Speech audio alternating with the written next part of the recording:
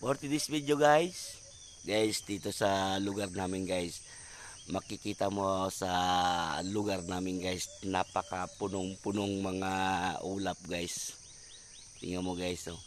Grabing ulap guys, punong-puno. Anong oras pa lang ngayon guys? Alas 5:05 ng Kabuntagon sa aming probinsya guys. Sa gandang panahon sa Kabuntagon, makita mo lahat ng mga ulap guys, punong-puno na ikutan sa kabundukan. Sa aming makita mo ang kabundukan guys, grabe.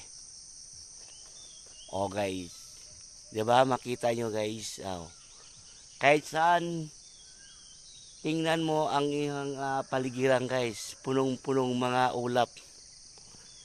Ganito talaga guys pag sa umaga, lalo na pag umuulan. Sa ngayong buwan, moabot ng 1 buwan at kalahati, magdadalawang buwan ang ulan sa amin guys. Yun lang guys, maraming salamat. Thank you for watching. Bye bye.